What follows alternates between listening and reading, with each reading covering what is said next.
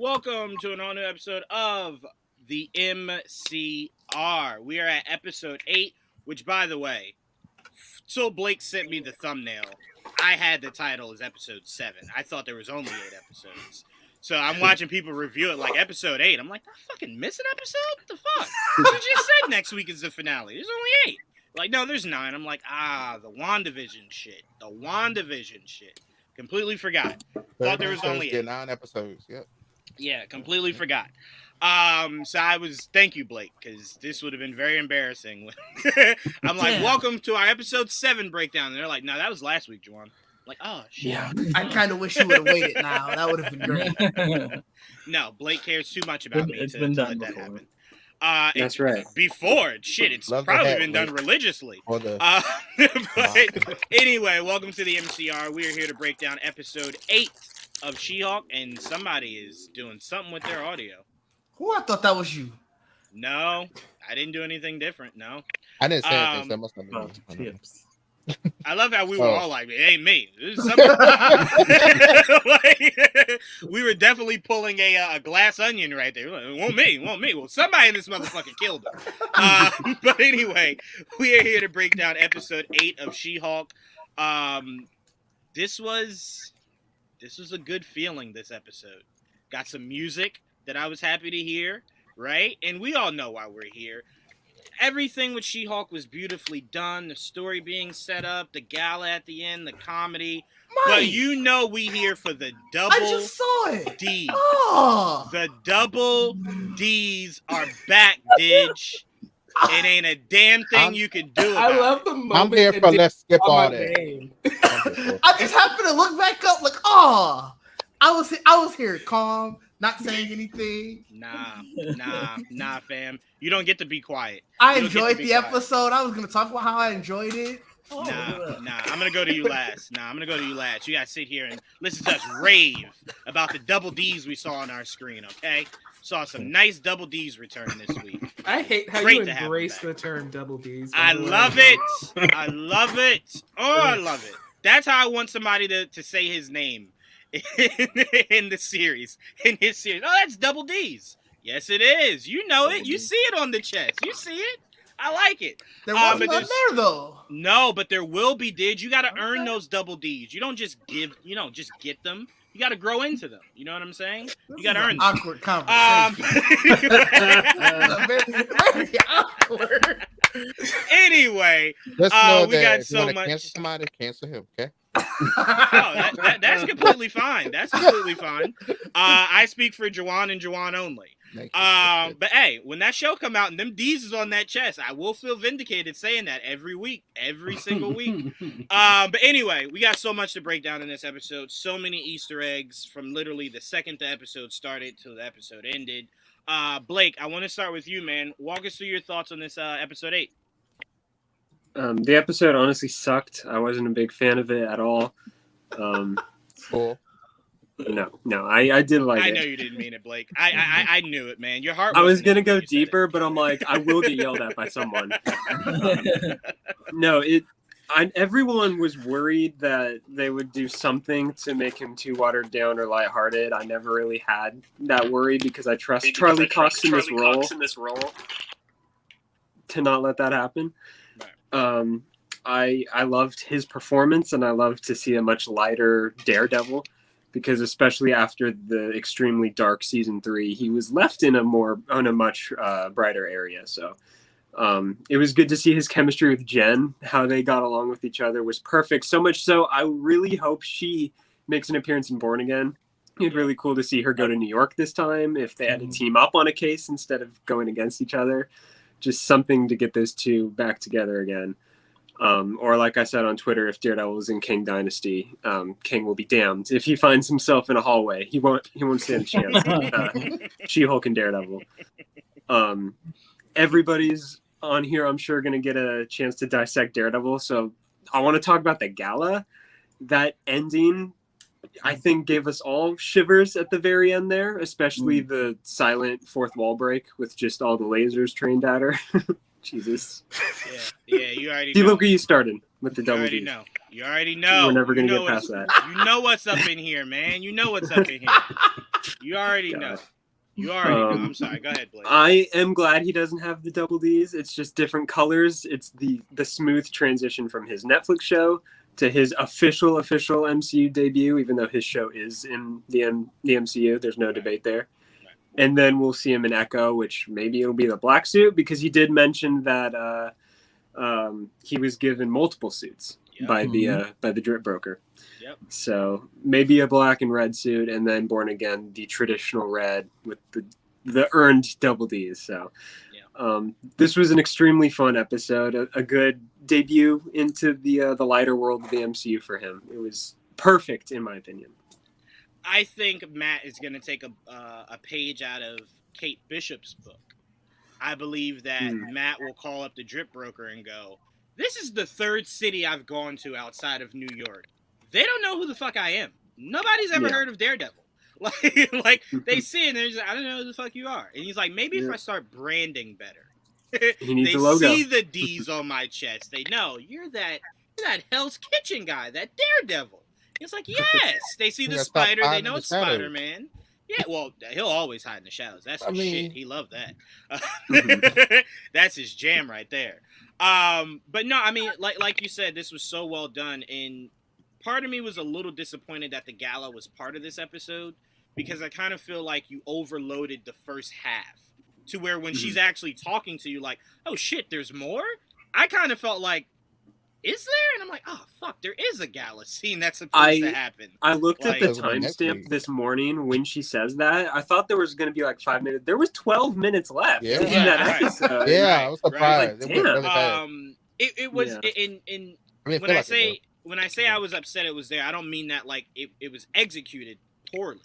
It's just that was never going to be the bigger conversation than everything else that happened. I mean, shit.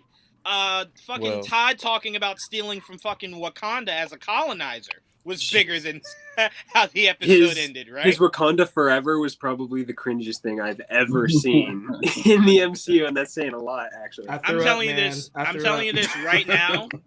There are at least 50 media circuits that are telling their lead reporters that they're sending out for Wakanda Forever, don't do that shit. Don't do it. Oh yeah, they ruined that. They ruined that for them. Don't do it. Because I'm telling you right now, gonna do that. There's no Chadwick Boseman anymore. God rest his soul. I feel like Letitia Wright will go, don't fucking do that. Look, don't do that.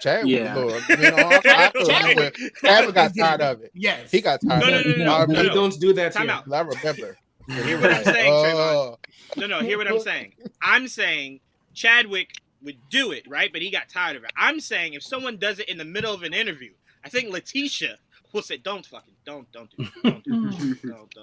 No. It did not get passed down to me. I will not fucking do that everywhere I go. But no, it was so well done. And I think to your point, Blake, what I loved the most about Matt Murdock and Jen's relationship together was that it felt like Matt. And what I mean by that is, I know a lot of people are like, oh, that's not my Daredevil. But again, it's not connected per se. But where he is mentally in this show is where he wanted to be at the end of Daredevil season 3. That's all. That's where he wanted to be mentally, where he's just free. He's happy. He's a lawyer by day, ass kicker by night. Right? His life isn't consumed with the darkness, the heaviness of it all. Right? He can go out and send her an apple martini because it's green, right? With the little Daredevil red cherry inside of it. Like, he could have fun. He could have the just random sexcapades, right? So I'm like, for me, it didn't feel like a veer towards Daredevil. But the thing that stood out to me the most in this episode that really made me want to watch it like 90 times was when all the guys started to line up in the hallway, right? And you're like, yo... vintage hallway scene, yes! And Jen just comes crashing down. That was perfect. And she's like, She-Hulk smash. And I'm like, this was awesome. I love how they looked the hallway scene in the face. Like, you want it, right? No. This is She-Hulk's show at the end of the day. Like she said in the beginning previously on my show. Yep. So I thought that was awesome because I want this show to always be cognizant of what it really is, right? Which is essentially a play on itself. So it's like we were all waiting for the vintage Daredevil hallway scene. All these guys come in tight enclosed space. How does he get out of it? And it's like, well, she did it for him. And you can't be There that you go. annoyed because he did still beat like 5 people did. before she showed up. He So did. you still got a little bit of it. As he's in the background, still kicking ass as she's telling Leapfrog to chill. Right. Yeah. He's just back there doing flips. Nobody's even paying attention to him. Like, Really I love funny. how a casual conversation is happening. Like, at no point is Leapfrog just like, hey guys, like, enough. Like, She-Hulk's here, she clearly could beat all of our asses, relax. They're still trying to put up a fight to Daredevil, and She-Hulk's just walking around, just casually freeing what's his name like it's nothing. But no, this was a really awesome episode, and I don't want to go over too many of the Easter eggs. I want to leave that open for you guys to tackle some of those. So, Joel, I'll go to you next, because I usually go to you towards the end. Let me go to you second. How about that, Joel? Right? Changing shit up. That's Right? too soon. I'm not ready for this. But no, walk me through your thoughts, Joel, on this episode 8 of She-Hulk. Before we do that, I just want my internet's been spotty like all day, so if I crap out at any point, I apologize. I'm gonna freeze up at some point. Well, no, the intelligentsia was over there. There So you go. We got you. We'll just blame someone. Don't blame me. It's either the intelligentsia or a Didge. One of the two. It's One of the probably two. Didge. Specifically for this episode. Didge is like, I will not sit through all you motherfuckers raving about Daredevil. One or two, maybe. But no, go ahead, Joel.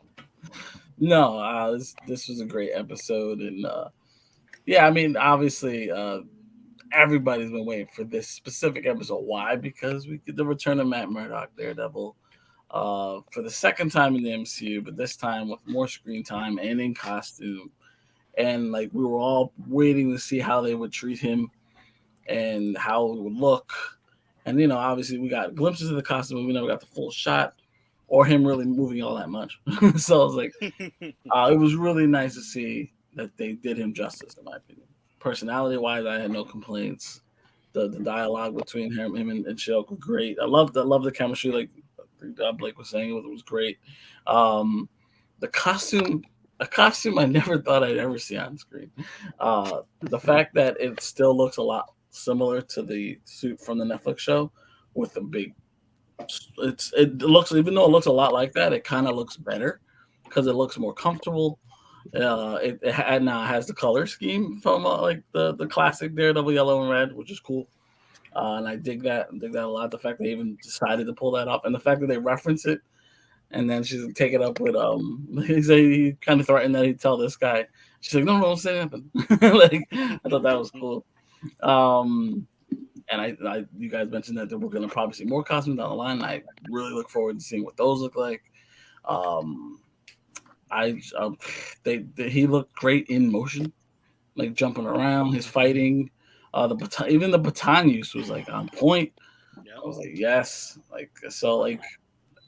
I was very, very happy with the portrayal of Daredevil in this. And She-Hulk, again, was just... I love how self-aware the damn show is. Every episode is like that, but like they never let me down in that regard. Like they're always saying what most people are thinking, and I really appreciate that. And I really do believe that the ending, the gala scene, that was some dirty shit. That was like I felt dirty like watching that. I'm like, yeah, that like I understand why you would be mad, even if you're public. Yeah, you have a public identity, but like you don't do that kind of shit. Those guys are dicks. So she had all the right in the world to fucking break one of their faces, but the fact that she resisted, good on her. But yeah, it was a great episode overall. 100%. Let me see if I respond to you, Joe. I love that two Marvel characters with the most body count came together and smashed, because Matt ain't no saint. He's called the devil for many reasons. The true Goddamn agents sure. smash right there. You got that. Once Matt heard that heartbeat, he said, "Oh, them draws, them draws."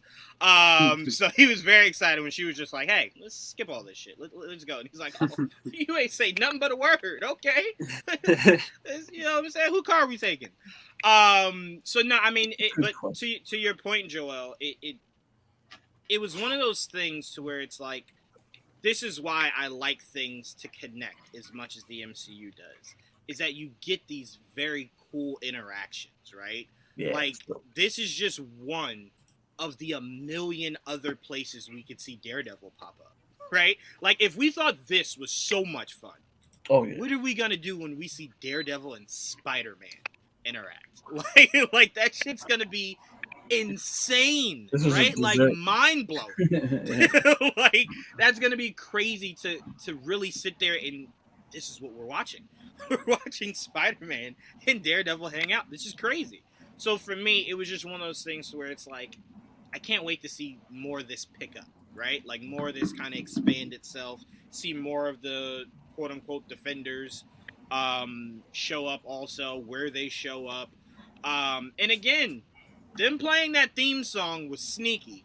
Kevin Feige, I think he'd be getting off on these theme songs, man. He'd be like, hey, drop that shit in there. Oh, they're important. They're important to like certain ones, not all of them, but certain ones. Like Daredevil's important. That's the best theme song of all of them. And so it's very, very close to the character, to that Netflix theme. I mean, to that Netflix universe. So they didn't need to do that, but I really applaud them for doing it. And now, the first thought I had is, well, that has to be the theme song for the show, right? Like, has to. You just christened them with it. They might just combine both. They don't need to, and I would prefer they didn't. But I have a feeling they're gonna somehow mix them both together. I'm gonna be honest with you. If they change it, clearly I have no say in the matter. But I'd be really disappointed if it's not exactly what I just heard. Like that should just be a theme song.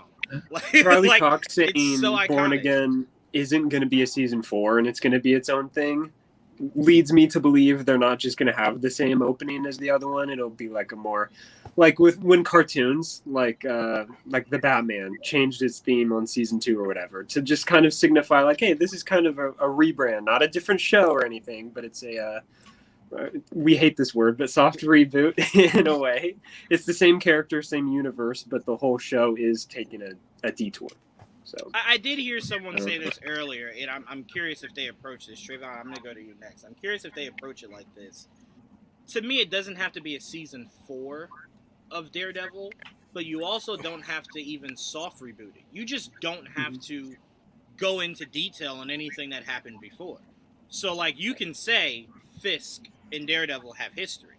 You can say that Matt and Foggy and Karen have been working together for years, right? Like, you don't have to specifically say, do you remember that day where, like, Frank Castle was, like, killing motherfucker? Like, you don't have to be that specific, but you don't have to, like, wipe it out of existence. So that's what I'm saying, depending on where they're looking to hold on to what was compared to what will be interesting, because if they do hold on to the fact that all these elements exist, we just don't talk about it, then I'm like, then yeah, you can fucking keep the theme song, you know? But if they want to jazz it up, sure, just don't fuck it up, because it's perfect.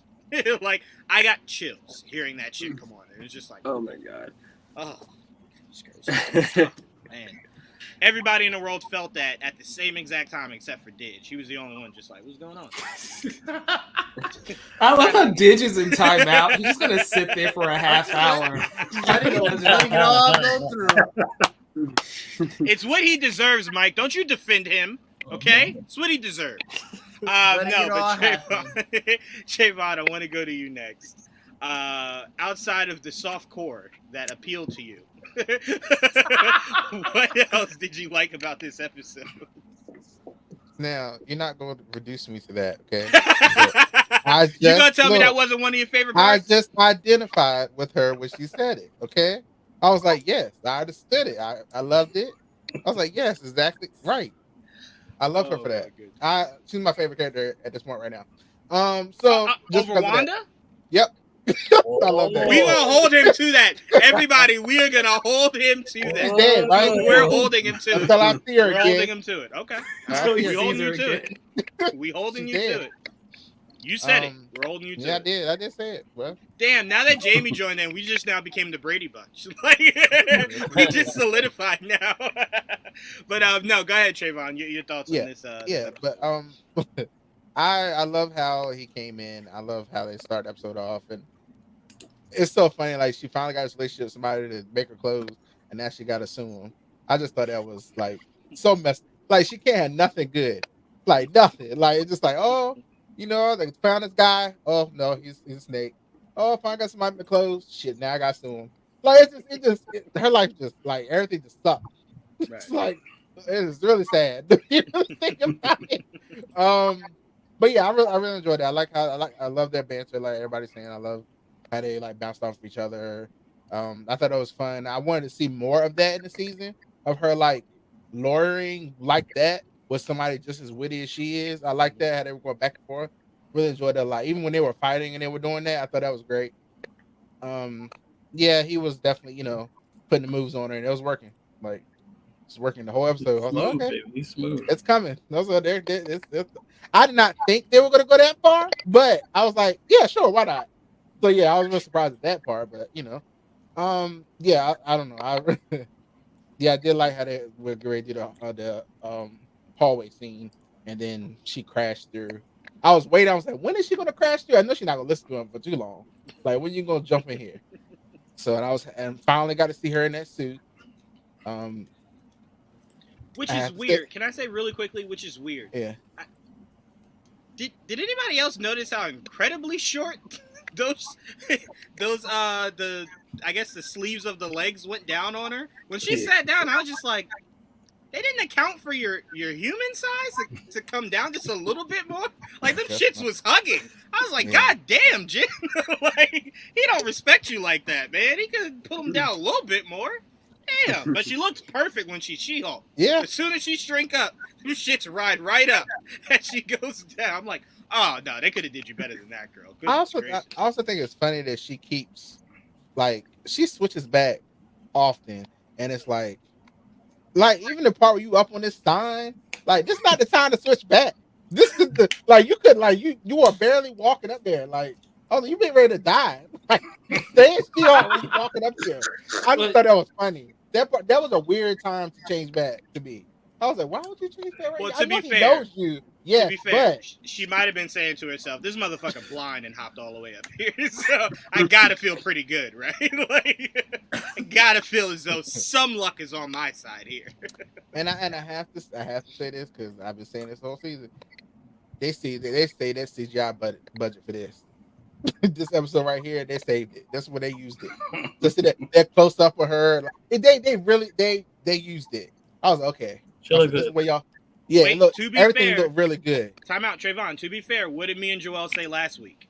What? We said we guarantee you the best she will ever look this season will be once she's in the suit, because the clothes aren't so wide. Like, everything will fit her perfectly, right? The hair is down, it's not pinned up, with the super baggy clothes. We thought she would look the best version of herself in that suit, right? Because you're not really covering everything like you are with the suit and the suit jacket and the hair tie.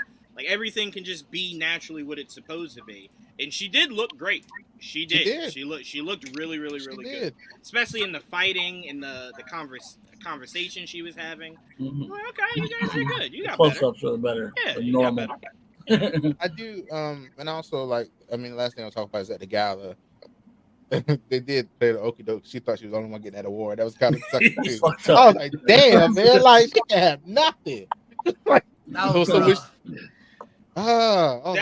cringy. That's so cringy. You have a female lawyer's, I assume, category, because I don't assume that whole thing is just for female lawyers. That was so weird. Like, no, but again, I'll say this.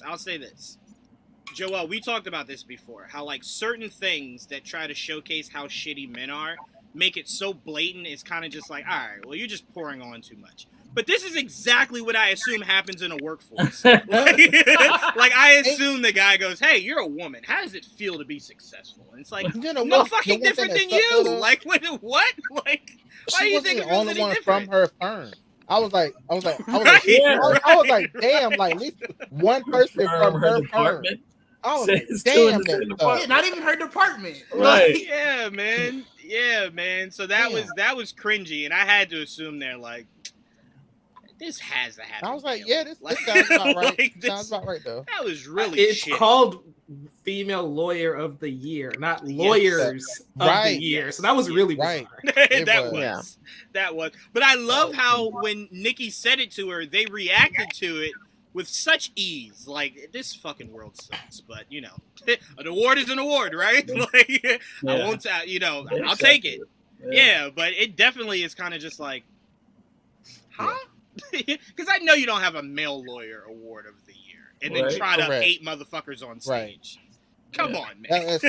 Like, and she had no, like, it's just, you could tell she had no idea that they were going to do that. So that was like really messed up to me.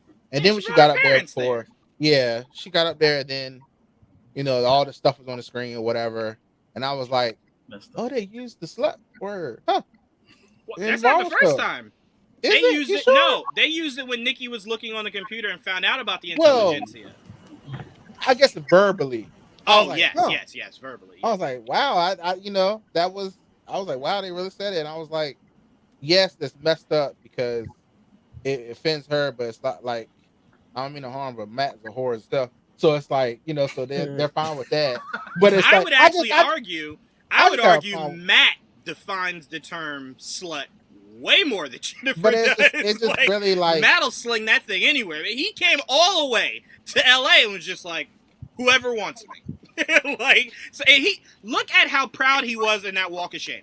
That lets you know Matt has been doing that for a long time. In your super suit is filthy work. He didn't even put his shoes on. He was just barefooting it outside. Walking on sunshine. That is filthy work to be doing that. That is filthy. Bro. He's not from around there. He'll say, "I'm good. Fuck. I'm going home." Right. He said, "People don't know me out here. It don't matter." Right. It's California. This is normal. Yeah, it's normal. They see weird. The lady he walked by, she looked like, all right, well. Well, to be fair, Didge, she sees a 12-foot green woman walk into the apartments every day. She's like, this is probably the tamest of the sick shit that I see happening around. At least he's smiling, you know. He was happy. Yeah, shit. You know? I mean, he had a great night. Of course, he was happy. He was an asshole, so there you go. So there you go. He can. Well, you knew that was never going to come back. He might actually come back. You know, that's good. Might. I'm saying, like, at least the my rest man's of didn't even put shoes on. Like the rest of when I tell you he will run, not walk, at the first chance he gets to come back out here. Like, you got another suit for me? It's like, it's not done yet. I'm gonna still come out there. I'm gonna come out there right now. See about that suit and gin too. But no, I thought what was really weird was, obviously we all believe Todd is behind all this crazy shit happening. I think it's involved. He has to be someone involved, right? So for me, I think the weirdest part was, what is the intelligentsia trying to do? Like, their plan becomes more confusing per episode. Clearly, at first, it was to get her blood, right? Cool. I think Jen gave us a massive clue as to what we can either expect next week or in the Thunderbolts. Her mentioning Red Hulk clearly was to mean a lot more than a throwaway line, right? So I think they might be trying to perfect a way to create a Hulk of their own that doesn't have all the spirals that Bruce did. It's more like Jen, that you could turn into Red Hulk, turn back into a general. Turn into Red Hulk, turn back into a general. Did you also hear when the intelligentsia was like saying all that stuff about her or whatever? They were like, she stole the powers of the Hulk. Yeah. I was like, I was like, okay, interesting. So that's what you guys think. They don't like her. They want to. They're supposed to. You do know that she's family, right? You do know that, like, right. y'all can figure that out. Like, Google it 1 second and find out that they're family. So I am very confused because when it first started, like, to hack the screen, hack the feed, it was just showing weird shit like her receipts for food and shit, like her calendar, and I'm like, what the fuck is this? And then they were like, showing backsides of men, Captain America. Yeah, I'm like, okay, now they're doing revenge porn. I'm like, okay, I see. They're trying to purposely get her angry to kind of get her out of her element. I get it, but it took a few seconds. I'm like, the fuck are y'all doing? It was the sex tape that really did it. I'm kind of curious if they had like the part where he got her blood, because I'm like, how do you not know someone's taking your blood? You know, like, even if she was asleep, like, wouldn't you have felt that? Right. Like, how did he do that? He just like bit her lip so hard it just like bled, and she was like, I'm cool with it. Like, let's keep going. Like, I don't know. I have no idea. But part of me is like, kinky. And part of me, Jamie, kind of just wanted to put some kind of hope for men out there. So part of me was like, maybe he didn't take it, right? Like maybe he didn't take it. Because I'm like, we never saw him take it. We never saw him like fold the needle up or put the needle in his pocket. It was just he took the photo like a creep and walked out. Man, so he like, got it. He got it out the trash, man. You know how he got it.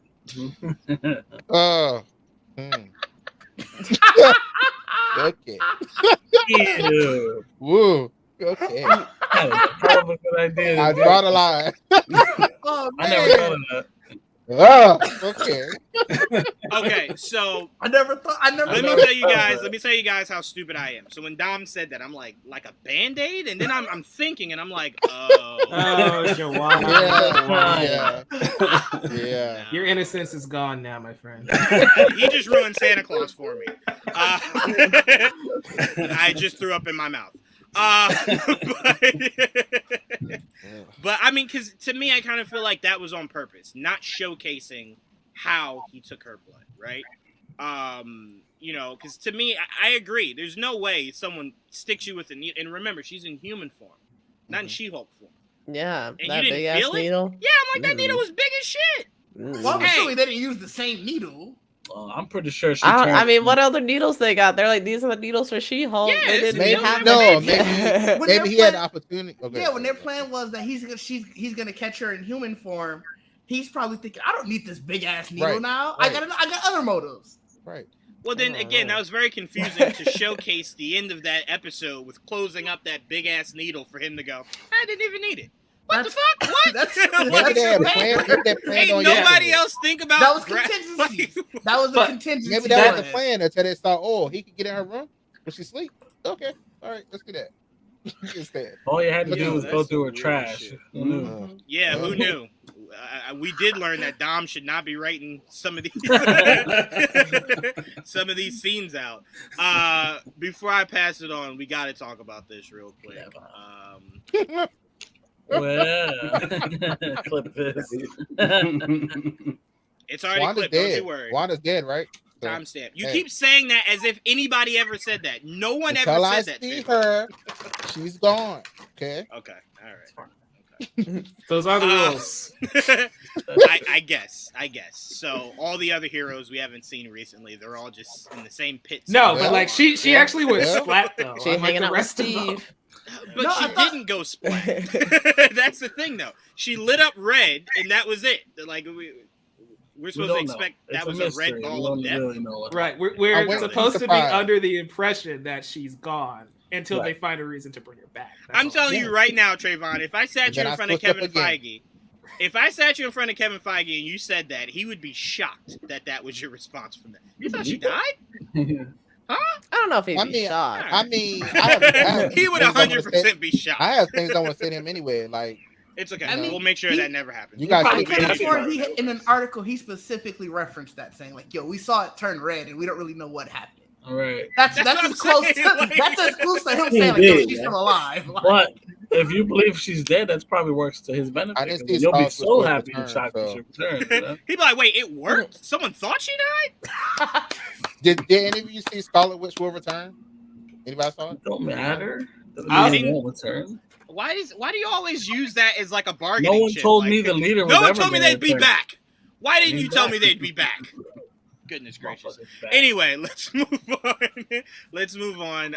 You know what, Didge? I won't make you go last. I'll throw you right in the middle of things. But your first few words better be, I love Daredevil and I'm sorry. Didge, what were your thoughts on this episode? I love this episode. And honestly, her interactions with Daredevil were some of my favorite interactions that she's had this entire series. Okay. We won. It was so much fun. Like even the action scenes, like, those were great. The one thing I didn't like, and it's the same thing I said last week, is to have them fight for a little bit before it's like, hey, you know who I am? Oh, we got to actually team up. It's just so cliche. And I guess seeing this episode, there was no other way you could really do it with the storyline that they were trying to tell. But part of me was still just like, ugh, do we have to do that? Do we really have to do that? But no, this show is very much a cliche. 24-minute cliche. You are not wrong. The show is very much a cliche, but it continued along the lines of what I've been saying. I really liked going through the entire season is that It just feels fun to watch. It's still, even so, this felt like one of those more action-packed episodes of a sitcom where it's like stuff really have, like, obviously most sitcoms, they're not going to have like fighting action, but it's like, oh, this is an episode where this really is moving the season along. And even at the end, just to see what's going to happen what's going to happen next episode, because clearly that was her essential moment where they're like, oh, she's a Hulk like all other Hulks, where they can go crazy at any moment.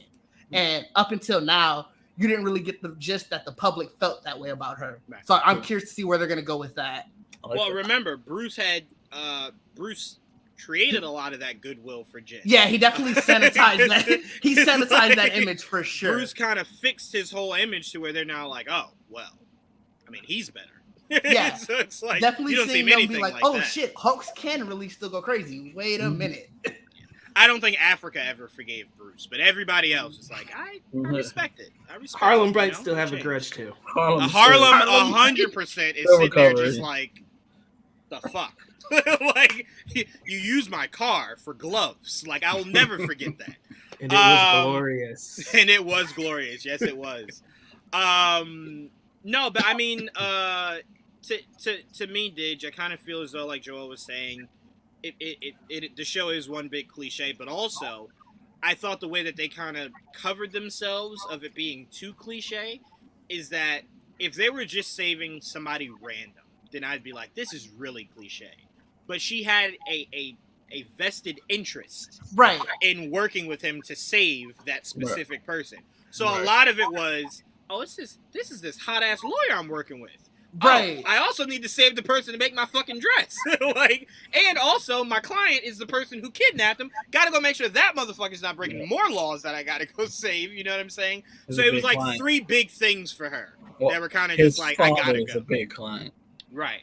Which obviously makes him the big client. Which is his storyline is funny because it's like, you're just really a nuisance.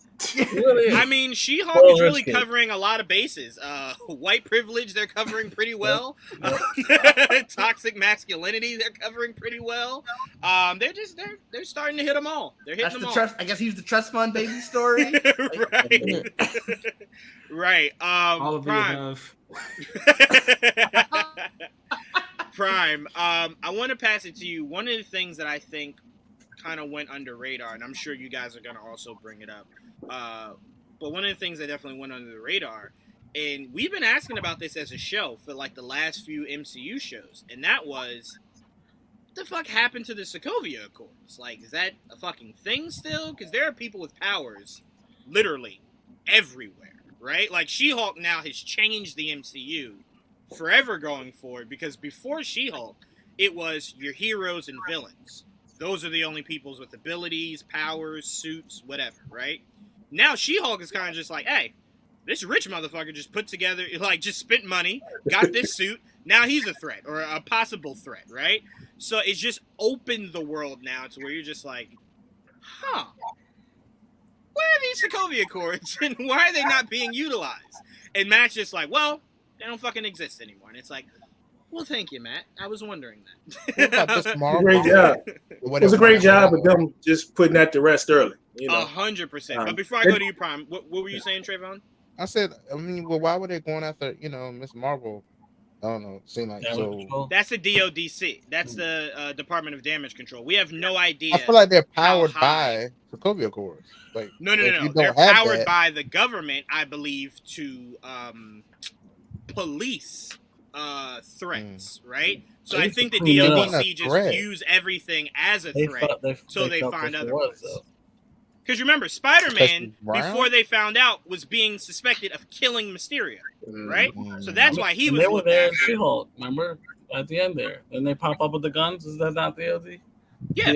We're made to believe it's them, right? So look at the same weapons they've been using, the fucking sonic weapons. So pretty much what we're saying, Trayvon, is the 3 times you've just seen them, they had a reasoning. Remember, Miss Marvel utilized a power that almost killed a girl, right? So you're like, well, clearly she can't control it. Is that a threat?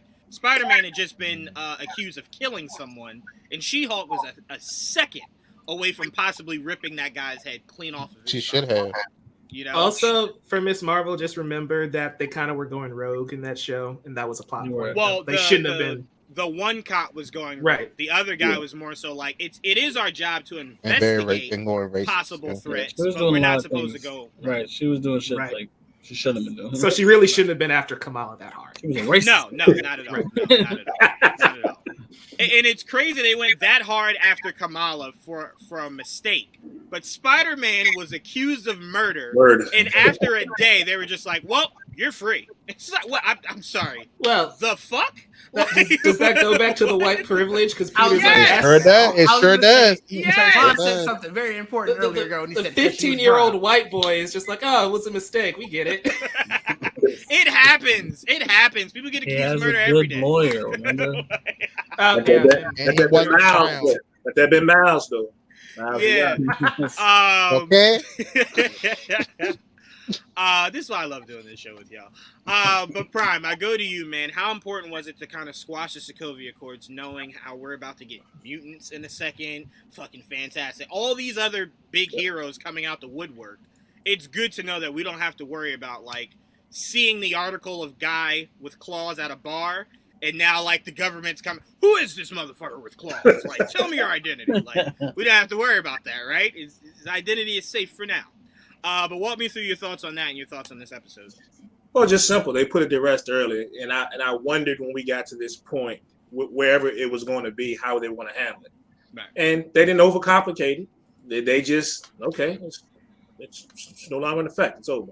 Let's keep it moving. It's, we didn't need to do a deep dive, right? Everything was great. I mean, the pacing in this thing was great. They didn't make us wait to get Charlie Cox.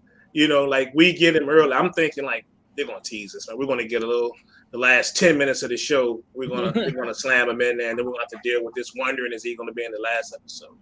Yeah, we got him, very early. I thought that was great. The one thing is I had a quick laugh, and I don't know if I was the only person, but when they first showed Leapfrog, I started thinking about Kick-Ass because all I saw was that student. I'm like, but he was really funny though. I thought I was like, sometimes we get these guys, they can like be really annoying. He was funny.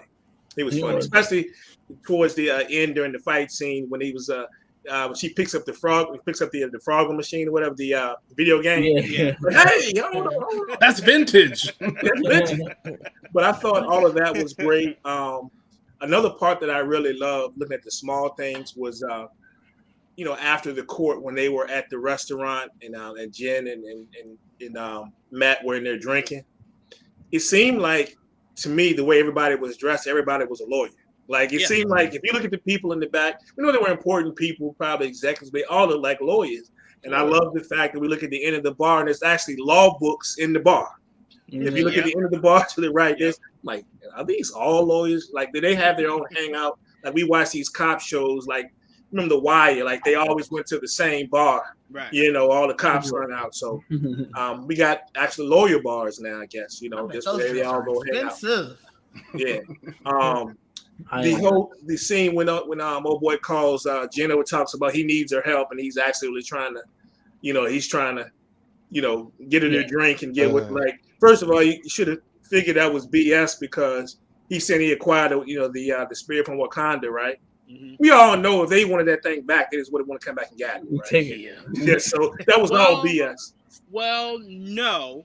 Well, I do believe that depending on where this takes place timeline-wise, they may be looking to be more diplomatic about things that have a direct line. Like, he bought it. If he did indeed buy it, he bought it. He didn't go to Wakanda, steal it, and then, come back here. So if he legit bought it, you come there, beat his ass, and take it, you might cause a, an incident now. So I think they were trying to just be a little bit more diplomatic, like, we'll just sue you. Clearly, he didn't give a shit. He's like, well, I'm made of money, right? So he's like, I don't give a shit. But I do love that he said two things that I thought was possibly the funniest fucking thing said. He said he studied abroad in Wakanda, right? So that means that was hilarious. You know what was probably said to him on a regular basis? What? Colonizer. So when he said it knowing they didn't like me out there. Shuri would just walk in and go, oh, fucking colonizer's still here. God damn, you don't go home?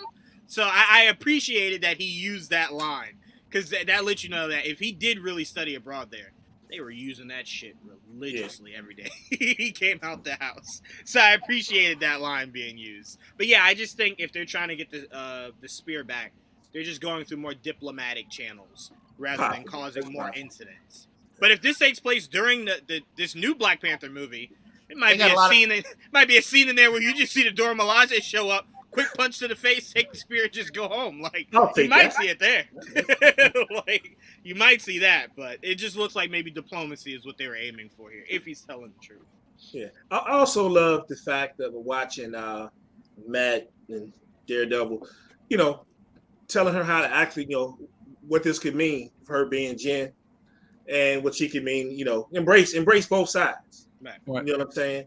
And then even to the fact towards the end when they were fighting and they were strategizing how they want to go in there and handle business, and he prefers the stealth approach, and she's saying, "Let me just go in there and do this and smash heads with the whole." And he was telling her, it was like, "Yeah, well, there's a time and a place because you're gonna do some damage." Right. And we all know at some point in one of these, maybe another season, whenever they're gonna come down on her for, busting down all these buildings and destroying cars. You know what's coming. Throwing that car. We already seen them want to go crazy about the Avengers tearing up New York. You know what I'm saying? All the damage which is hilarious because, again, you don't really try to compare, but they did create a Sokovia Accords, right? Yep. After the events of Wanda just blowing up part of a building, right? Mm-hmm. They completely omitted half of New York. They completely omitted the fact that half of New York was a fucking dumpster, right? After Avengers, and they were just like, who cares? This building in Sokovia being destroyed, we got to set some rules. And it's like, well, yes, it was in Lagos, and it was a mistake. It was a mistake. Hey, Trayvon, it wasn't this ain't court. People relax. died, like, Trayvon was defending her like we were in court. Relax. It's if I accidentally launch a nuke, are you just going to say it was a mistake and let me go? She saved people. Stop it. She saved people on the ground, okay? And the people up top still died. Okay, those were intentions. Sorry. I thought it was pretty great too that the guy who was trying to acted like he needed help to get her out on it to meet him at the bar, then all of a sudden he ends up at the awards. Like, you know what I'm saying? Like, how did he get there? Like, he ends up at the awards outside, like talking to the big wigs. Like how did he end up getting there? Money. But he paid $1 million for the spear. You're like, I paid $1 million. Yeah. $1 million. Well, we see these bigger people all the time. If you got money, you can buy your way. It was a gathering full of a bunch of women. I'm sure he was going to try and wheel his way in there somehow. He might have sponsored the event. Slick. Maybe, I don't know. Maybe that's why everybody got the award is because he sponsored the event. That was his play. Got the lawyer of the year. You're all special to me, baby. That sounds just like Todd, unfortunately.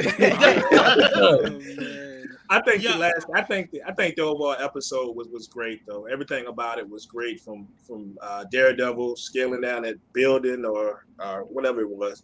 Everything was great. The car deck, whatever. Him and She-Hulk's trying to get him and throwing the car at him and all that. Everything was awesome. But I know we all waiting for Born Again, right? But y'all just hear me. I gotta play here. Can we first get Matt Murdock, American Gigolo? The hell, that's what we need. Because my man got game, bro. My man got game. Blind Gigolo. And it's crazy because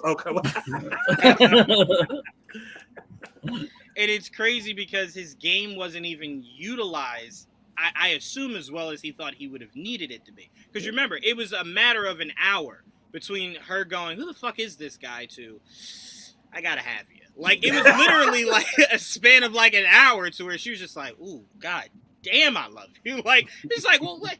Huh? Like, what? Daredevil got his own cologne, bro. It must be, bro.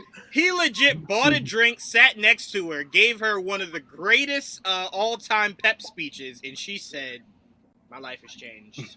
It's interesting, though. Like, that's kind of a weakness for Jen, if you kind of notice, because the doctor she goes on the date with, she ends up with him. Then the guy from the wedding, she ends up with him, and then Matt. And it's fascinating how they kind of use that to come back to bite her. Like one of those guys was actually a legit villain. Right. Maybe you should go on a second date first. That's what we learned. The second one was they went on several dates. Right. She thought if I just get rid of the dates altogether, she's fine. Well, then maybe she's fine. You know, I'm just saying. You gotta learn. I just think that's fascinating. But time out. She learned a lesson. When Matt left, knowing that he was going back to New York, she was very okay with that. She wasn't heartbroken. She didn't go to text him immediately. That retreat worked. She was healed, right? She gonna text him. Really? Didn't work though. We saw the end of the episode. Does texting work with Matt? Yo, y'all thought my double D's was bad. Y'all are trashing blind people out here, bro. There's a thing of voice to text, guys. Like, now look, the real question is, if she's impenetrable, is she impenetrable to STDs as well? That's the real question. Probably not. We said Matt Murdock got STDs. Damn, Matt Murdock. No, I wouldn't try that. She got the money for the best doctor. She already. Matt Murdock out here getting swept through the mud. Right some of the things, it don't matter how much money you got. Y'all sure y'all love Daredevil? Nah, the Gamma take care of all of that. We love Daredevil, so we can trash him. First of all, you know what I'm saying, right? We're good. I love how y'all try to turn Matt into what we were jokingly saying was a man whore to a full-on prostitute. Like, why he gotta have anything? Why can't he be clean out here? It only take one time. You know what I'm saying? You never know. Yeah, no, Matt does. No, he could hear the disease in the body, so he knows to stay away. That's even weirder. This is crazy. Matt's like, your heart's beating a little too fast. You how sexually active are you? You might be a little gross. Maybe stay away. He can't shower that much. Not getting monetized at all. Woo! Okay, all right. Just remember, I did not bring this up. I just want that to be clear. But anyway, let's skip all that. Exactly. Yo, Trayvon might say that every day for the rest of this week. I love that. I might. He was so hyped on Twitter. Did you just say I might? Jamie, we're gonna go to you. We're gonna skip right over Trayvon. We're gonna skip over all that. I have used that. Anyway, what were your thoughts, Jamie, on this episode? This episode was definitely my favorite that we've seen so far. So all that's left is for the finale to possibly top it. I don't anticipate that happening because Marvel's finales have often fallen flat, in my opinion. But that doesn't mean I'm praying on its downfall. Like I want things to get even better. Just to put that out there, just in case people are like, damn, she really don't like Marvel or nothing. But yeah, I really enjoyed it. I will say, like, the one thing for me in this episode, I was like, oh, come on, Jen, was her not asking Leapfrog about like what kind of fuel he was putting into the suit. Like, I felt like that was like a baseline question, like, oh, like your suit caught on fire, like how'd that happen? Or you're putting fuel in it, like what kind of fuel are you using? Is there a manual for this kind of stuff? And it seemed like she just like completely didn't ask those kind of questions. But I am glad that Matt pointed that out. No, but really quickly, what makes what you just said worse is that one of the scenes, I don't remember if it's when he was talking to her in her office or in the courtroom, she actually had the book, like the manual that I assume what's his name made for him, and she was going through it. Maybe she didn't get that far in it, but she was reading it. Maybe and then when she said that, she was just like, oh, no, she was thirst trapped in Wong. She don't got time to be reading shit. She's thirst trapped in Wong. She's trying to get Wong back from what's her name? That's what she's busy doing. But no, go ahead. I just wanted Madison to add. With two, yes, who, by the way, I need to see 2 N's and a Y or something like that. But it's not where you think. No, I just wanted to add that in because she was reading the manual and was so caught off guard when it's like, hey, you shouldn't have put that in there. Really? Like you're reading the book. How the fuck did you not get that far? But go ahead. I'm sorry. It's a lot of book. I did think it did get like a little bit better because like Matt kind of checked her on that. I was like, really? Like you didn't ask him about that? She was like, sorry. Costumes came with a manual. But I really like that. I really loved her interactions with like Matt Murdock, or as Daredevil. Like I thought, I think somebody else said this, like it was like some of the best interactions she's had with characters, I think all season, and it was more of what I was looking for. Because I don't know, I feel like she doesn't really have anybody to talk to except for Nikki in this show, which is a little sad and kind of makes like all the other like dumps that happen to her even worse. Like what Trayvon was saying, like her life does kind of suck, unfortunately. But hopefully, maybe she'll make some Avenger friends, or maybe Wong will come back to check on her from time to time. I also like the action. The action was really fun. It was cool to see like both Daredevil and She-Hulk fighting together. And I was not expecting Leapfrog to turn somewhat villain in this episode. I was kind of thinking. I didn't know much about Leapfrog. I know you guys had talked about it in previous like podcasts, but I was kind of thinking he might have been like a sidekick situation, or like maybe he would like give her a clue as to like who like Intelligentsia was, or like people Intelligentsia, or maybe like who's after her blood if that was somebody separate. So that was an interesting twist. I definitely wasn't expecting that.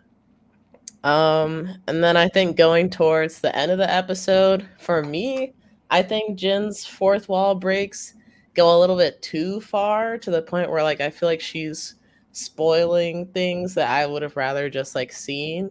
Like I think it's okay to be like, oh, like that's weird. I thought the episode was gonna end, and then like something happens. But for her to be like, oh, I thought the episode was gonna end. I guess we got to go to the gala instead, and then we'll have a big finale. Blah blah blah. I'm like, can I just watch it happen? Like you don't have to explain every single thing that's gonna happen next. It's not the biggest deal. It's just like a little nitpicky thing that kind of takes me out of it a little bit. But the gala with like everybody getting the awards was also like an ugh moment, but not because like the show was bad, but it's just like, oh, like I bet you somebody's probably experienced something like this, so that's terrible. But to see like Intelligentsia like kind of like get into the system and like show all this stuff, all this personal information for Jin, and for her to kind of like Hulk out, I wasn't really expecting her to get as angry as she did, because she did like the whole like meditation thing with the Abomination and all the other dudes. Like I thought maybe she would have got a little heated, but then like, you know, kind of let it go, I guess, or just, you know, start figuring out like, okay, who's the most likely candidate for like how this information could have got out here, or like who in this audience could be a part of Intelligentsia. Since I don't know if she knew Todd was there, but Todd was there. No, she saw when she came in with her parents. She waved at her boss. And yeah, that's right. Todd was there, and she shooed everybody in to get away from him. Yeah. He came over there. I'm kind of glad we got to see her Hulk out, but I felt like it would have meant more to me if like maybe she Hulked out earlier in the season, and then because of that, like she went to like Abomination's farm and like had that whole like meditation, like release your anger kind of thing. So that way, if something like this happened later, she could get like a little bit mad, but then like let it go and just immediately focus on like trying to find who the bad guy is. Because now like she's kind of looking like the bad guy towards the back end of this season. And I will say I kind of don't really know where things are going to go from this point now, because like I don't know, there'll probably be multiple forces working against her instead of like with her now. Yeah, overall this was like a pretty interesting episode. There's a lot of things that I liked and a lot of things that I was like kind of waiting to see that finally came up.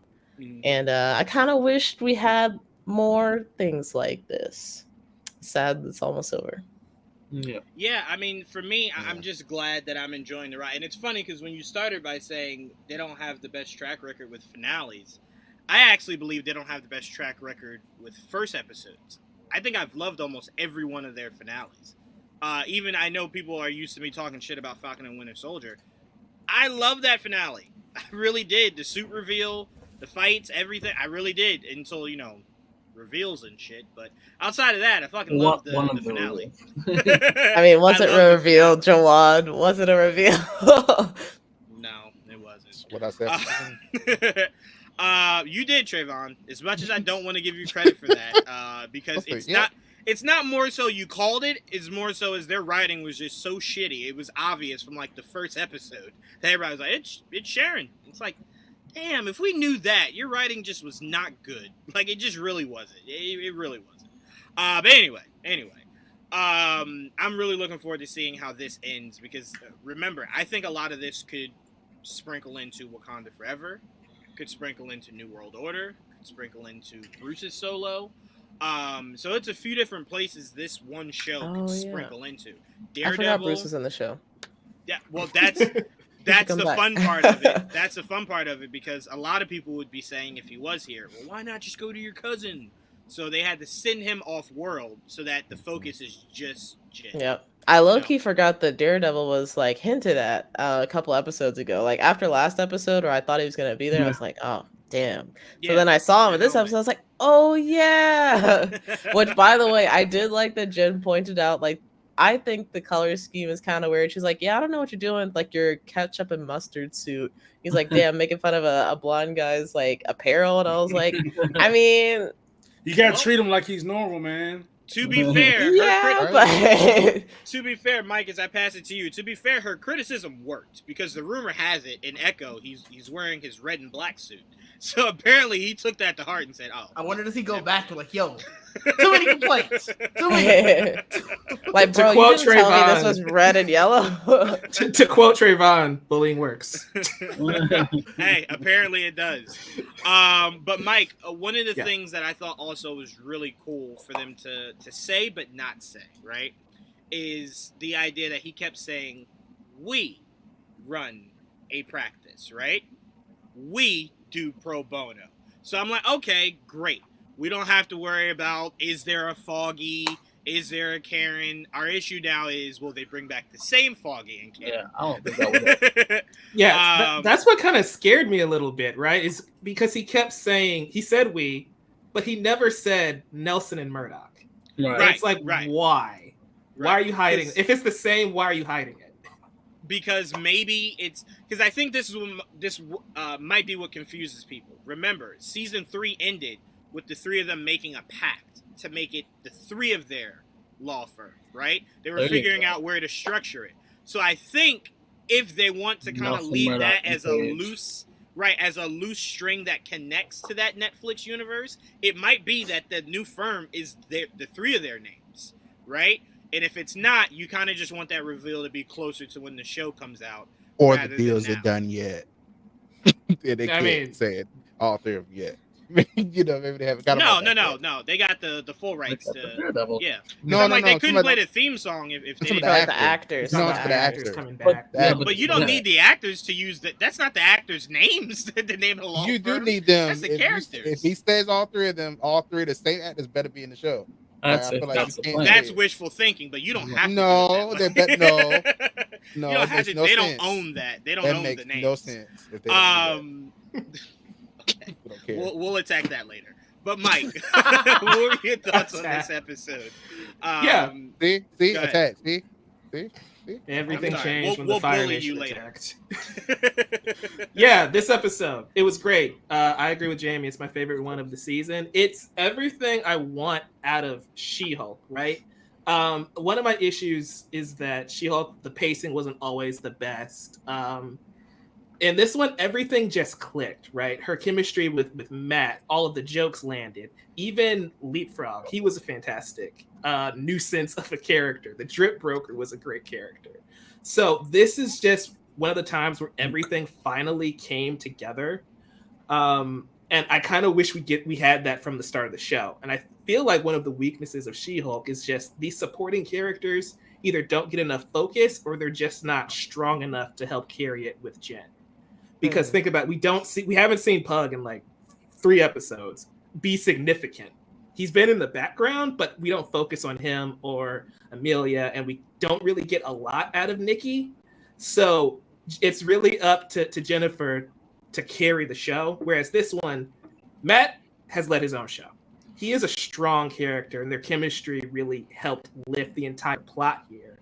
And I think it worked really well because if they just stopped when Jen said, I thought this was the end of the episode, you're at 23 minutes.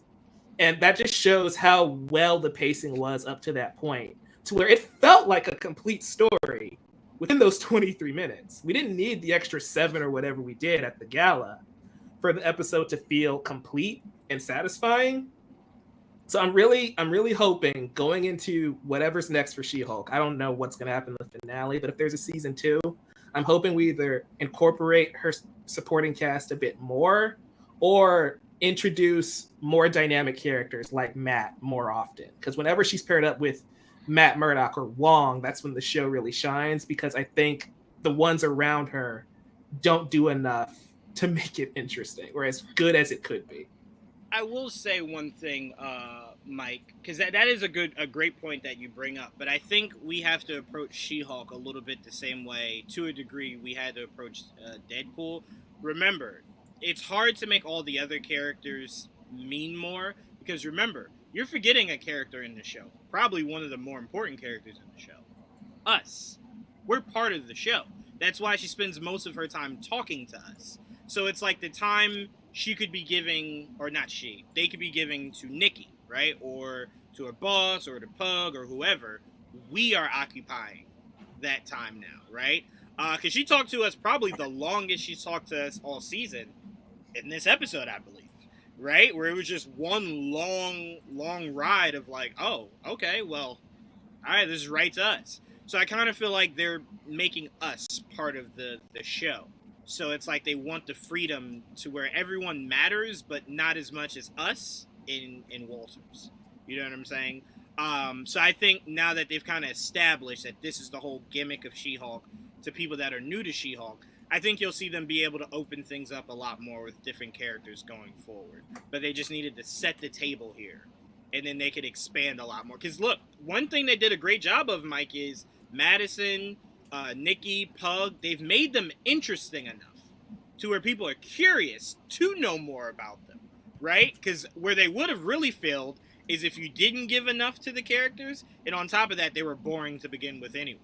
You know what I'm saying? So I think they did a lot of good for themselves, that some of these characters are just hilarious. Like, I even want to see more of Donnie Blaze. Like, what's going on with Donnie Blaze right now? Like, I want to see what's going on with Donnie. So I think they just do a good job of setting the table. And then if this is still a problem in season 2, Mike, then I could definitely see it through your eyes for sure.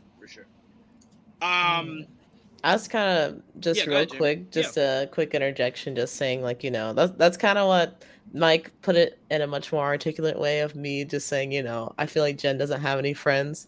Like, I feel like we haven't really got to know, like, these side characters that are supposedly, you know, there to help her. And like, they have helped in some senses, but I don't feel like their contributions have been significant enough to where I feel that Jin's kind of got like a tribe that she can look to, I guess. And I always kind of, I wouldn't say like directly compare her to Deadpool, but because like he's the only other character that I know of that really like talks with the audience. And I guess if we want to go with like what you were saying as far as like making the audience like another character a part of like this experience or the show or the movie or whatever it is, at least in Deadpool, I feel like whenever he is talking to the audience, it's not so much like like, hey, it's you and me like discussing what just happened. It's like, oh my god, like what the hell? Okay, and then like we get right back to it, and that's kind of reacting, not necessarily explaining. Yeah, and that's kind of why I don't like the way that Jin breaks the fourth wall as much, because it feels like it feels intrusive to like what's happening instead of just like, oh, a quick reaction, like, oh my god, like I bet y'all saw that, right? Like that was crazy. It's kind of like, oh my god, we need to sit down and talk about this. Where that time that she could be spending like talking with other characters that are actually in the show that like can respond to the things she's doing, right, versus us, like we're purely just watching. I think that would be more valuable for them going forward. Like she can still interact with the audience, but I don't think she needs to do it as much as she has been. Well, that her interacting or breaking the fourth wall, rather, I'll say, is important to the character as anything else of the character. So they want to kind of hamper, because that's essentially what she would do all the time in the comics. Yeah. So they kind of want to really hammer that home to that's who that character is. I mean, I felt like a lot of times, like watching Iron Man 2, Tony was a little too sassy for me, right? But if you read the comics, that's just Tony, right? Like I felt like there were moments where it's like, you could calm this down a little bit. But that's Tony, literally every day, every time, every second. He's just sassy all the time. Like he's sarcastic all the time. How would you want to tone that down? No. Just the way that movie did it, I kind of felt was like, But again, when you go back, that's just who he is all the time. There's no turn off. So, you know what I'm saying? Wow. So with that was dark. Y'all are just the worst this episode. Attacking blind people, STDs on blind people. now the dead. But no, so I think for Jennifer Walters, it's just who she is, right? It's who that character is. So I just respect that they're being genuine to that. You know what I'm saying?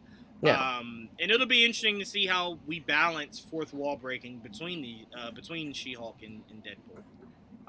When they interact, that'd be fun. Oh my god! I tell you right now, Jamie, that might only have 2 actors on the bill. Yeah. We might be the third actor on that bill. But Dom, to round this out, man, you always find these Easter eggs, man. What did we leave out? And what were your thoughts on this episode? Nikki's Wolverine claws with the makeup. Yes. Joelle will not let me have that. I said I believe she did that because Wolverine is known in the MCU. That's where she got it from. Joelle won't let me have that. When I first saw it, I was like, is that a stretch? But I was like, no one's going to purposely... I can see one hand, but it's not an Easter egg. But it is a nod to Wolverine. But it's not. Like if you were just gonna hold makeup, you would just hold it like in your fist, not like in between, you know. And she did the snick. Like I'm like, okay, no. Yeah, but that's the show. That's the show. No, you're right. It's a giant you were wink and a nod. I told you were right, but I still want this.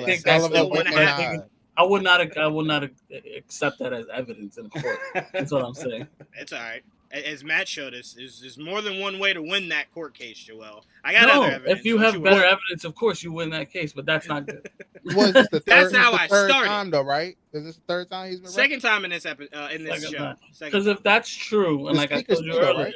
No, but we know the sneakers was just designs that they were having. Yeah. Again, another wink and a nod. That's too much. Come on. Like, well, we know the sneakers. The whole point of the show. But Trayvon, we knew the sneakers couldn't be a real thing because one of the shoes was a Green Goblin. The world does not know the Green Goblin. Like that's not a known thing. And like the design of it was like the actual design of like one of the Goblin bombs. Like that's too spot on. So whoever that shoe artist was,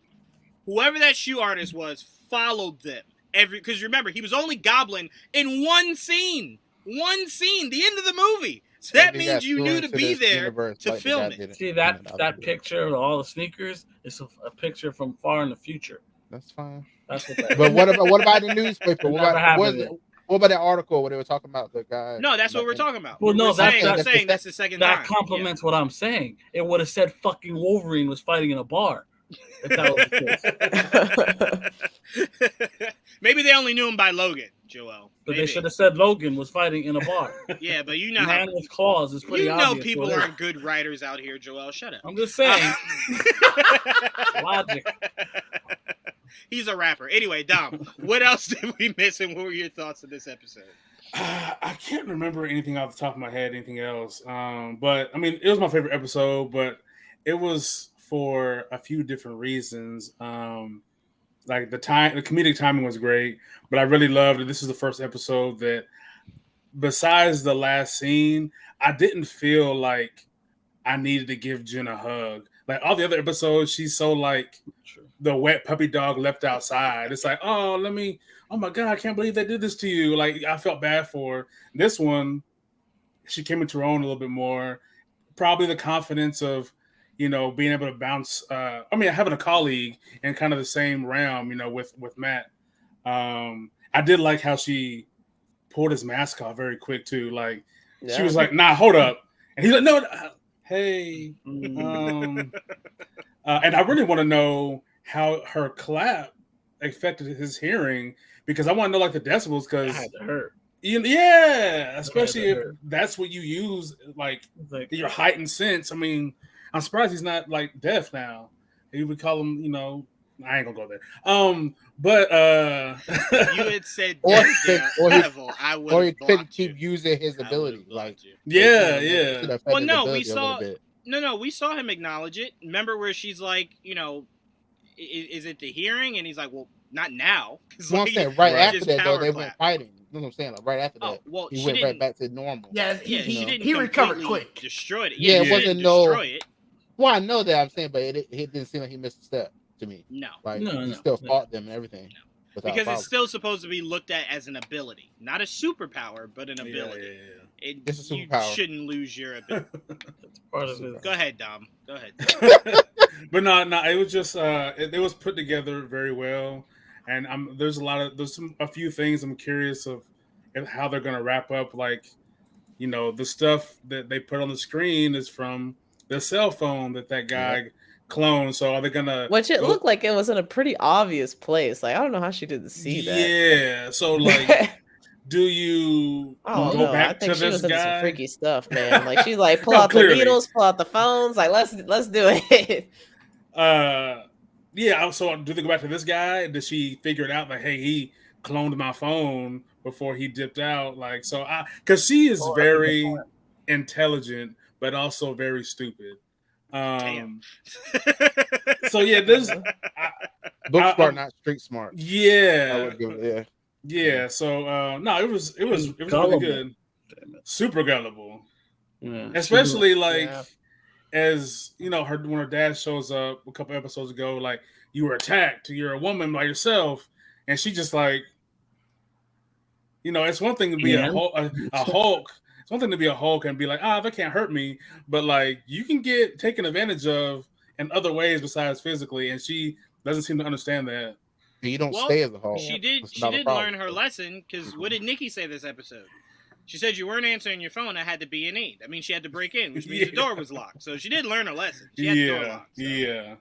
So. So she's a very interesting character. I think her character's a lot deeper than the show lets on, because it is a more lighthearted. Mm-hmm. But I think we can really like focus in on her. There's a lot of layers to her character, her personality, her as a person trying to figure her way, not just through the world, but it's like she's a brand new person because she's a She-Hulk now, so she has to navigate a different way. Yeah, and her being defensive in court about like identity was really good.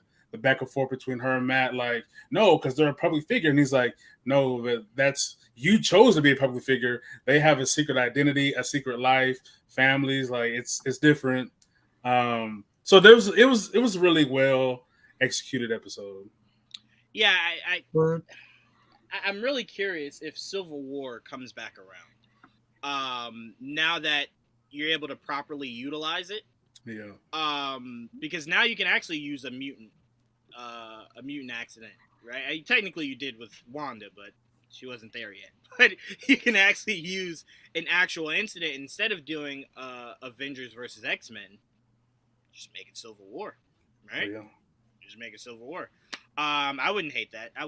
Have Rhodey leading one side. Have whoever else you want leading Civil the other War side. Too.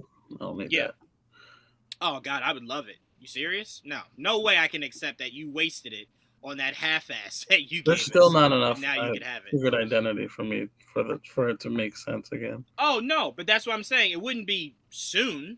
It would be definitely once you fleshed out the X-Men, Fantastic Four, your street level heroes, more characters like that. Because then you could really just dive into it. But yeah, I don't disagree that Kevin, since day one, was just like, secret identities. Where do they do that? In the comics you're taking this shit from, Kevin. Like, goodness gracious. I'll never forget how angry I was when he was like, yeah, and I am Iron Man. And I'm like, why? Yeah.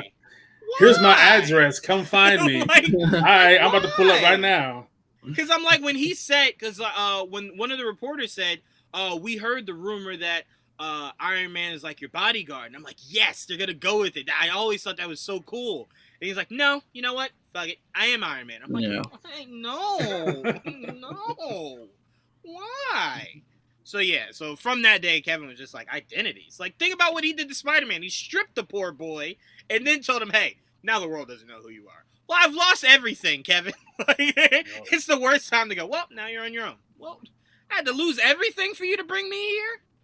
Blah. But anyway, all right, we're getting out of here, but I want to ask you guys one last thing before we get out of here. Didge, I want to start off with you. One thing you hope to see next week in the finale. How this impacts Bruce. Because I think that's sort of where his storyline goes. That nigga is somewhere paying child support in Sakaar. Fair, but I think this gives you the perfect. I think not necessarily like he has to be like the person who reacts, but sort of how they turn on just Hulks in general. Because the one thing that we were talking about is how we missed how now he was lovable, and so now we know that with this, hopefully, if the public turns on him, we can get that whole reasoning why there was like a World War Hulk and like where everybody hated him. I'm just picturing Bruce landing and a SWAT team surrounding him and him going, I just got back. And they're like, it's not you, it's your cousin. We hate Hulks now. And just like, Jin, what the fuck did you do? Like, how did you fuck up the name that I just built back up? God damn. They're just in the cell together and he's just like, don't fucking talk to me, Jin. I really can't, man. I destroyed half of Africa and all of Harlem and they forgave me. What did you do that was worse than that? Like, right? How did you top that, Jin? Be a like, woman. How? Well, there you go. Didn't want to say it, but you know. And just to be clear, Trayvon said that. All right, Dom, what's one thing you want to see in the finale? I kind of want to see if Val's going to show up. Oh. With everything going on, I just feel like she's lingering around watching. And I also kind of want to see, since Alonzo's been kidnapped one time, I want to see if they try to break in to his spot, and I want to see them scan the room and see if we can see any outfits that we recognize. Yeah, that was one thing I was hoping to see when she first went there. Was like, yeah, that's what Who else is back there? What was the name of that assistant that left Daredevil's helmet unattended? Like, where is she? I can't remember. Where is she? She know all the good shit. Yeah. What else in here? What else in here? But yeah, Val is definitely something that would be very interesting. Because again, this could spill into Thunderbolts. So again, that's why this show is so important. Is because it could literally spread so many different ways in the MCU. I like that. I like Val, and I like the consequences for Hulk. Didge. Jamie, what's one thing you want to see from this finale? I would say I want to see like what Todd's part is in all of this, but I'm kind of scared they're gonna pull a Swords Master and just be like, he's just a goofy guy. So I more so want to see like who are these, at least some faces that are part of Intelligentsia that are trying to get the blood, or at least what they're gonna do with it. I want to hear that. Well, I will say a running theory could be that Todd is utilized that way, but not in the way you think. But more so in a way to where he thought he was running Intelligentsia this whole time, but he was not. Because obviously we know Intelligentsia has been around since Age of Ultron. Claw was a member of Intelligentsia. So I'm like, clearly it's predating whatever the fuck Todd's doing right now. So it's the idea this could have been deeper. Right. That will be a lot harder for me to chew on. You tell me, yeah, he recruited and he's been part. No. Don't try to do that. I'd much rather it be, it's like, oh, it's Todd. And then, like, Todd dies, and you're like, I was the leader. Yeah, that makes all the sense in the world. For me, I want to see that Red Hulk shit pay off. I want to see that shit now. Like, right now. In the next episode. But anyway, all jokes aside, no, what I want to see is, I want to see the leader's face. I want to see that big-ass green chrome dome of his. That's what I want to see. That's it. That's all I want to say. I don't need him fighting. I don't need him doing anything. I just want to see the look of him. Don't make me wait until 2 years from now in New World Order. Please don't. Like, you're leading to him. Just show his face. Show his face. Joel, what do you want to say? So many things. Name them all. Yeah. He's like, yeah, I'll do it. I hope they do get down to the nitty gritty as to who and what the Intelligentsia are all about. Hope that they don't let that linger and make us wait, because that would annoy me. Then we have I hope they give us a glimpse of what happened to fucking Bruce. Like, I hope we get some type of inkling as to what happened with Bruce in space. That'd be nice. And it's really those two things that I want to see the most. I just want a good finale at the end. I'm not being very picky. I wouldn't mind seeing Val though, just to see if there's any more connection to maybe the Thunderbolts or whatever.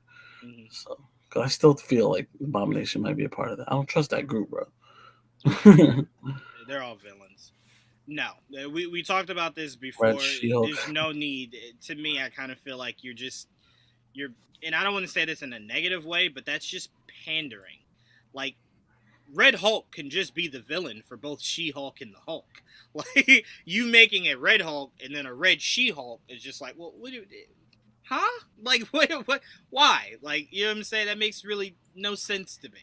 Because then are you just gonna duplicate villains for everybody going forward? That to me is just it's redundant. So either She-Hulk is a woman, not She-Hulk. I'm sorry. Either Red Hulk is a woman or Red Hulk is a man. It does not need to be both. Does not need to be both. That is way too confusing. Because then it's like, what will She-Hulk do if she shows up and Red Hulk is there? Then she goes, shit, I gotta go call Bruce. Like, it's not my fight. I gotta fight Red She-Hulk. That's, to me, that's creating too much. Oh, you know. Trayvon, besides seeing at the end it saying She-Hulk will return, what is one of the biggest things you need to see coming out of this finale? I don't trust Nikki at all. I said that, Joel. Didn't I say that? Didn't I say I didn't trust Nikki? I trust you even more. I don't. Why is that? I'm just saying, Trayvon's been right about some of this shit, man. He might be on to something. I saw an Instagram reel that was showing her look at the camera. Yeah, I posted that today. Oh, that? Yeah. I really, it's not about the look, it's about what she got on as well. Like, yeah, they talked about the necklace she had. Yeah, I was like, the pentagram.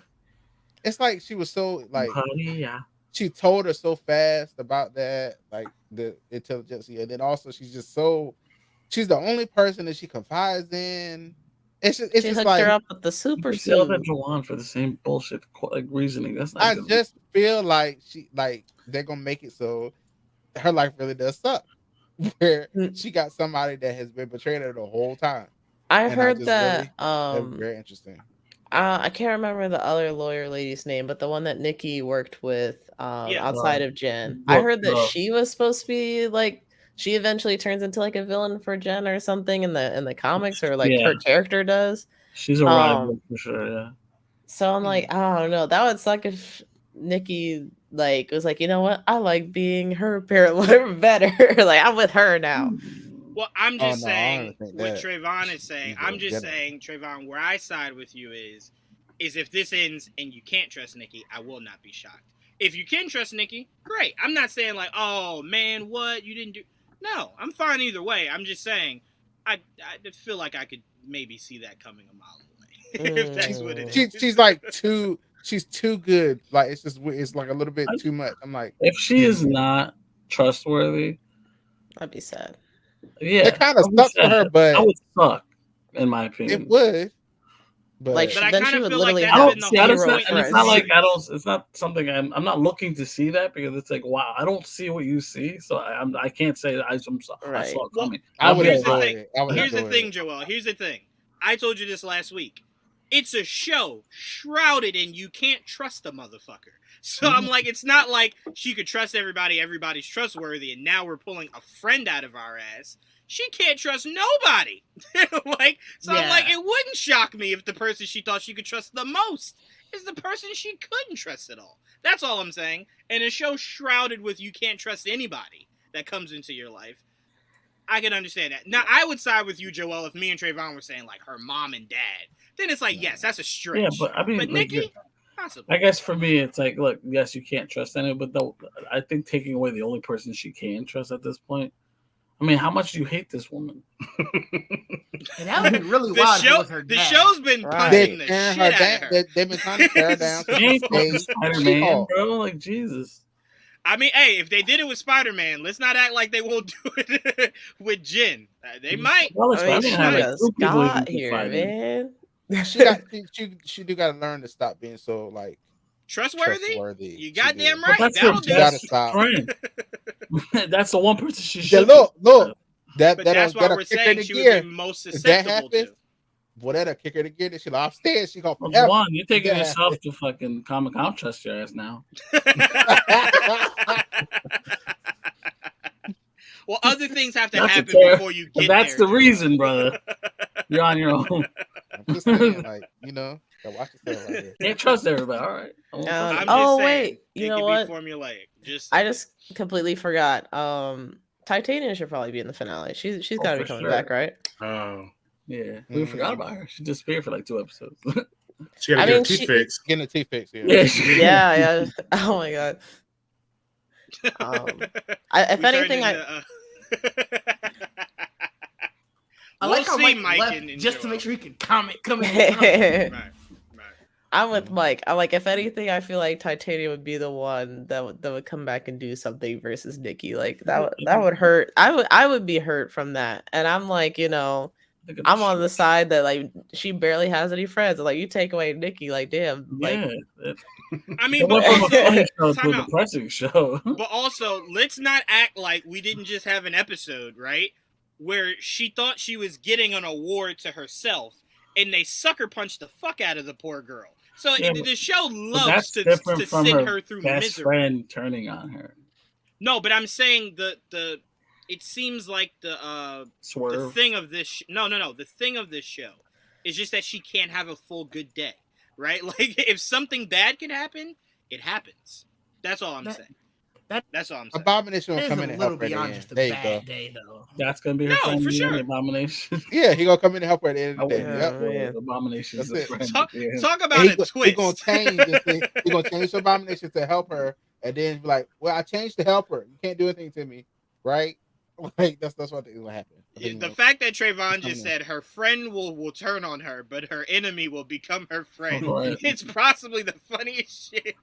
That would be hilarious. Sounds like that would be evil. Watch.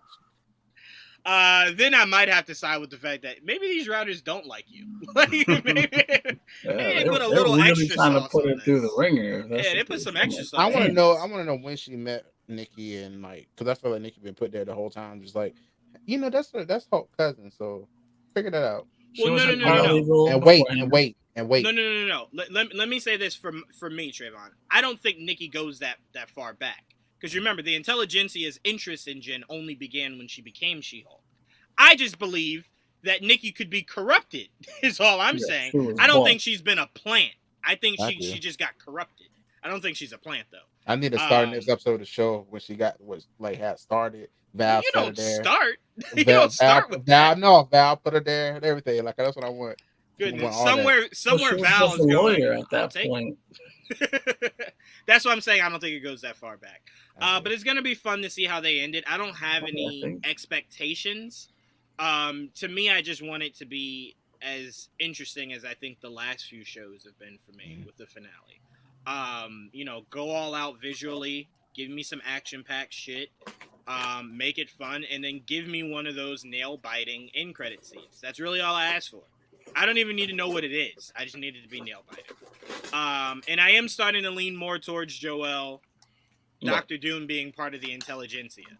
That one line of Wakanda being involved in a storyline that has something to do with the Intelligentsia, knowing Dr. Doom was part of the Intelligentsia, and there's a possible theory he might be in Black Panther. I mean, as far as we know, it's just these 4 nerds. We don't even know if it goes as far as the leader right now.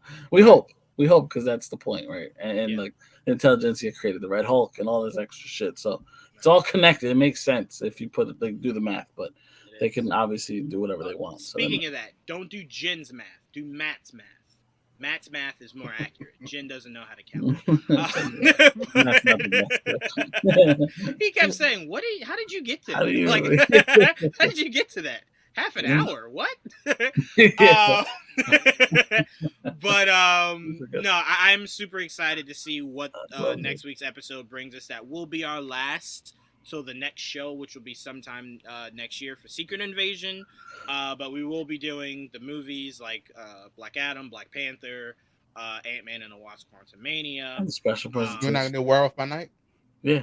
I was about to end with Monday's show will be our review of Werewolf by Night. It's like they wanted to host this fucking thing. Goodness gracious. God, can I run my monologue? Anyway, but no, all jokes aside, our Werewolf by Night review will be on Much Ado About Nothing. We'll be breaking down our thoughts on that. I cannot wait. I've only heard great things about it. But also stay tuned, guys. We got our interview with the original writer and showrunners of X-Men the Animated Series coming out next week. Great shit. AJ just completed his Dark Materials interview with James McAvoy today. Right. That'll be coming out next week. And we have some other fun New York Comic-Con interviews coming out next week also. So it'll be a jam-packed week next week. So make sure you guys stay tuned. Make sure you guys pop over to The Last Scare. Check out their podcast going on right now. But till next time, guys. Peace. Pass. Peace.